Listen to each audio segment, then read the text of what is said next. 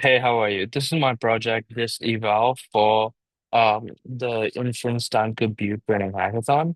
And this is my submission to the Adrian/Cognition track. I believe there's something that's a huge problem with how agents are trained today, and that is evals. I think the way we look at eval a lot of the time, as whether you're a data company or a frontier lab, you're often just looking at a mean reward that's given to you by Harbor or one of these frameworks. Um, and I believe that misses out on a lot of data that implies how good an agent is. So what I've built here with DistEval is a distributed evaluation framework that looks at the long horizon agentic tasks and automatically essentially generates training data for your eval runs, which I will come to and explain to how, which can essentially automatically improve your agents based on the distribution of where they perform, right?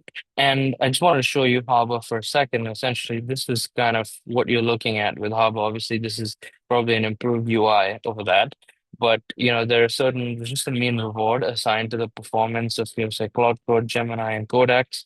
And really what you want is not someone that sometimes solves it perfectly and sometimes is completely wrong.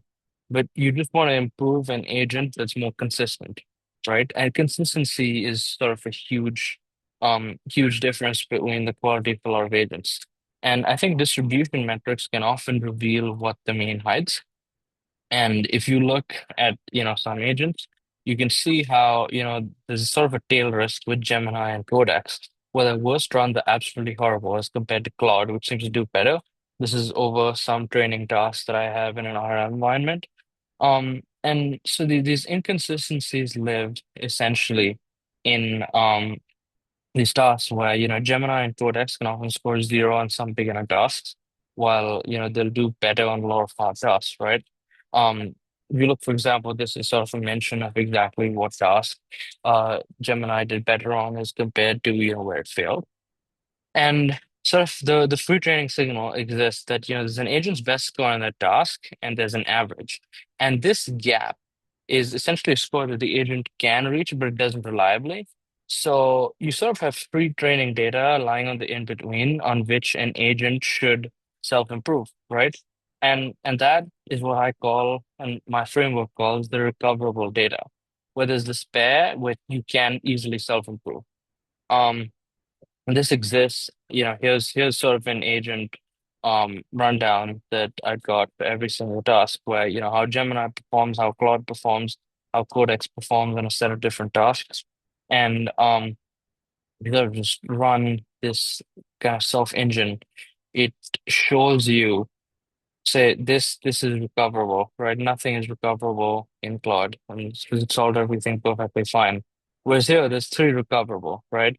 So for Codex, there's three pieces of things that it failed to solve, and it sometimes did very well on them, where we have a gap that we can automatically improve as sort of a self-training agent. Now, my final point is sort of to prove whether, distributed evaluation actually works, right? So I ran a 5,000 set Monte Carlo that has the simulated training rounds where, distributed evaluation compares the improved performance using the distributed eval automatic training versus, either random sets or essentially the top high scoring trajectories, right? This is what I'm talking about.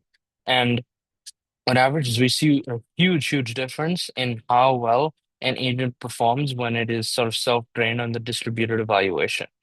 Thank you so much, and I hope everyone has a good evening.